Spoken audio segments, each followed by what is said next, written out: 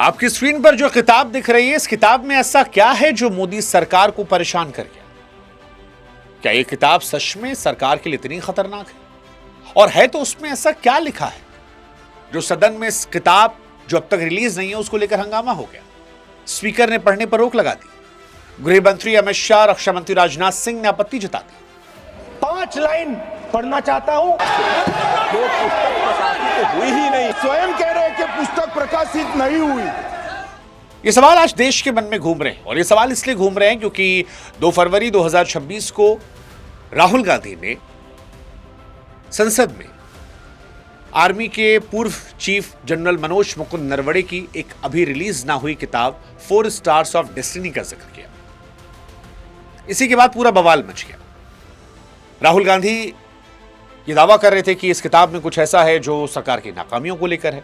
सरकार इसे अनवेरिफाइड और सेना की गरिमा पर चोट वाला बता रही है।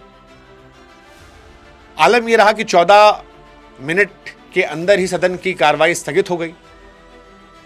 अब सवाल लोगों के मन में है कि इस किताब में है क्या, और एक किताब ऐसा क्या ला रही है जो इतना परेशान कर सकती है। 4 स्टार्स ऑफ डेस्टिनी क्यों ये पॉलिटिक्स में आग लगा रही है? आज इस वीडियो में आसान शब्दों में इस सवाल का जवाब देने वाले हैं। तो देखिए, ये किताब जो है ex army chief general Naravane के 40 साल के सैन्य करियर का निचोड़ है।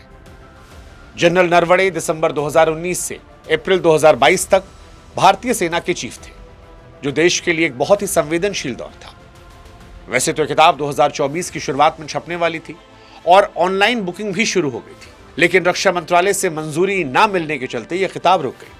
जनरल ने खुद एक इंटरव्यू में मुस्कुराते हुए कहा था कि मेरा काम किताब लिखना था, अब इसके आगे काम पब्लिशर का है, वो कैसे परमिशन लेते हैं। मैंने अपना काम कर दिया है, किताब लिख दी, बाकी जो होगा सो होगा। और ये सारी बातें इस किताब को उस पुरानी शराब की तरह बना रही है जो मैच्योर हो रही है। किताब का सबसे विस्फोटक हिस्सा लद्दाख में 2020 के संकट को लेकर है। यह किताब अब तक रिलीज नहीं हुई है। जो बातें हम आपको बता रहे हैं ये प्रकाशित नहीं हुई है, लेकिन कारवा ने जो छापा है उसके आधार पर हम आपको बता रहे हैं। तो इस किताब के हिसाब से जनरल शायद इसमें विस्तार से लिखते हैं कि 31 अगस्त 2020 की रात रिचिनला इलाके में चीनी टैंक और सैनिक भारतीय चौकी के इतने करीब आए थे कि दोनों सेनाओं के बीच फासला लगभग खत्म हो गया था। जनरल लिखते हैं कि उस वक्त हालात इतने खराब थे कि एक छोटी सी गलती भी भीषण युद्ध में बदल सकती थी। राहुल गांधी ने भी इसी हिस्से को आधार बनाकर सरकार की रणनीतिक स्पष्टता और चीन की नीति को लेकर सवाल उठाए। अब सवाल यह था कि क्या पूर्वी लद्दाख संकट में सरकार और सेना के बीच में तालमेल की कमी थी? राहुल गांधी संसद में सबसे बड़ा सवाल यही उठा रहे थे कि क्या मुसीबत के समय सेना को सरकार से साफ साफ आदेश मिले थे? किताब के जो हिस्से लीक हुए हैं उसके मुताबिक जब चीनी टैंक रेचिनला की तरफ बढ़ रहे थे, तब जनरल ने रात के समय रक्षा मंत्री राजनाथ सिंह को फोन किया और पूछा कि आदेश क्या है। जनरल जो लिखते हैं उसमें कहा जाता है कि जो आपको ठीक लगे वो कर लीजिए। जनरल ने अपनी किताब में इस नाजुक स्थिति को हॉट पोटैटो यानी जिम्मेदारी से पल्ला झाड़ने को कहा। हालांकि सरकार के समर्थक ये कह रहे हैं, उनका तर्क है कि सेना को यह कहना असल में उन्हें मौके पर तुरंत फैसला लेने की आजादी देना था, ऑपरेशनल फ्रीडम। विपक्ष का आरोप है कि सरकार ने सारा बोझ सेना के कंधों पर डाल दिया ताकि युद्ध अगर छिड़ जाए तो खुद को सुरक्षित रखा जा सके।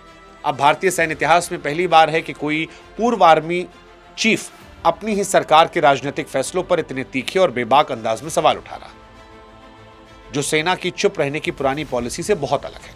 संसद के अंदर राहुल गांधी ने जैसे ही कारवा मैगजीन लहराई, जिसके कवर पर जनरल नरवणे की तस्वीर के साथ मूवमेंट ऑफ ट्रुथ लिखा था, सत्ता पक्ष के लोगों ने इसका विरोध किया। स्पीकर ओम बिरला ने नियम 349, 352, 353 का हवाला देकर राहुल गांधी को रोक दिया, क्योंकि ये नियम कहते हैं कि सदन के पटल पर कोई भी ऐसी सामग्री नहीं रखी जा सकती जो सरकारी तौर पर प्रमाणित न हो। लोकतंत्र में यह नियम इसलिए जरूरी है ताकि संसद का रिकॉर्ड अफवाहों का अड्डा न बने। साथ ही भारत में ऑफिशियल सीक्रेट एक्ट के तहत किसी भी रिटायर्ड सेना प्रमुख को ऐसी बातें सार्वजनिक करने से पहले सरकार की अनुमति लेनी होती है जो देश की सुरक्षा को प्रभावित कर सकती है। रक्षा मंत्रालय का तर्क है कि किताब में रणनीतिक जानकारियां हैं, जबकि विपक्ष का कहना है सरकार सुरक्षा के नाम पर अपनी राजनीतिक छवि को बचा रही है। अब यहां पर साफ करना यह भी जरूरी है कि यह किताब मेनली 2020 के पूर्वी लद्दाख संकट पर है, जिसे राहुल गांधी ने 2017 के डोकलाम विवाद से जोड़कर सरकार की चीन नीति पर सवाल उठाए थे। किताब का दूसरा सबसे बड़ा हिस्सा अग्निपथ योजना पर है। जनरल नरवड़े ने अपनी किताब में इस योजना को अचानक आने को bolt out of the blue, अचानक आसमान से गिरा हुआ वज्र के रूप में वर्णित किया है। वो कह रहे हैं कि सेना को इस तरह के बदलाव के लिए तैयार करना चाहिए था, जितनी सलाह होनी चाहिए थी वो मौका मिला नहीं। अगर ये बात सच है तो ये सरकार के उस दावे को कमजोर करता है कि योजना सेना की पूरी सहमति के बाद आई थी। गृह मंत्री अमित शाह ने इसे सेना का राजनीतिकरण करने की कोशिश बताया, लेकिन यहां एक बड़ा सवाल उठता है कि अगर इस लेख में छपे ये अंश गलत या मनगढ़ंत है तो सरकार या सेना ने अब तक उस पर डिफेमेशन का केस क्यों नहीं कर दिया? क्या सरकार की ये चुप्पी इस बात की गवाही देती है कि किताब में जो लिखा है वो कड़वा सच हो सकता है?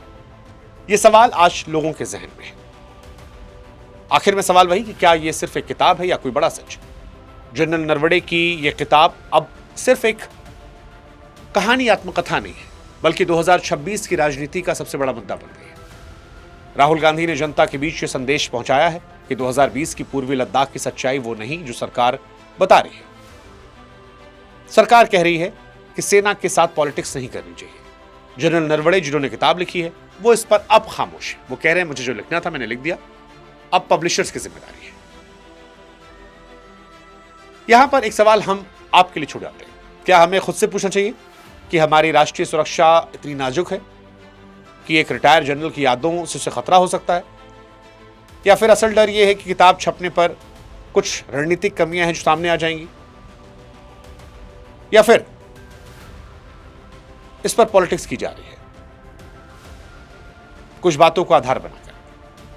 क्या जनरल नरवड़े को यह किताब लिखनी चाहिए थी क्योंकि फौज में ऐसा चलन कम रहा है? एक नए तरह के दौर की शुरुआत है। इन 3 सवालों का जवाब आप चाहें तो कमेंट सेक्शन में दे सकते हैं। फिलहाल ये किताब छपेगी या नहीं छपेगी ये वक्त बताएगा, लेकिन इसने 2020 की सच्चाई पर एक ऐसी बहस शुरू की है जिसे दबाना अभी फिलहाल नामुमकिन लगता है। फिलहाल ये किताब भले ही रक्षा मंत्रालय की फाइलों में बंद हो, लेकिन इसकी गूंज पूरे देश में सुनाई दे रही है। और जाते जाते हम स्पष्ट कर दें कि यह लेख संसद में हुई बहस और कारवां में छपे दावों पर आधारित है, क्योंकि अभी भी जनरल एम नरवड़े की 448 पन्नों की किताब आधिकारिक तौर पर प्रकाशित नहीं हुई है। इसलिए इसके पूर्ण और अंतिम तथ्यों की पुष्टि किताब के बाजारों में आने के बाद ही संभव होगी। तब तक हम इस लेख के हवाले से सारी बातें कर रहे हैं। इस विषय को लेकर आप क्या सोचते हैं? कमेंट सेक्शन में जरूर लिखिएगा।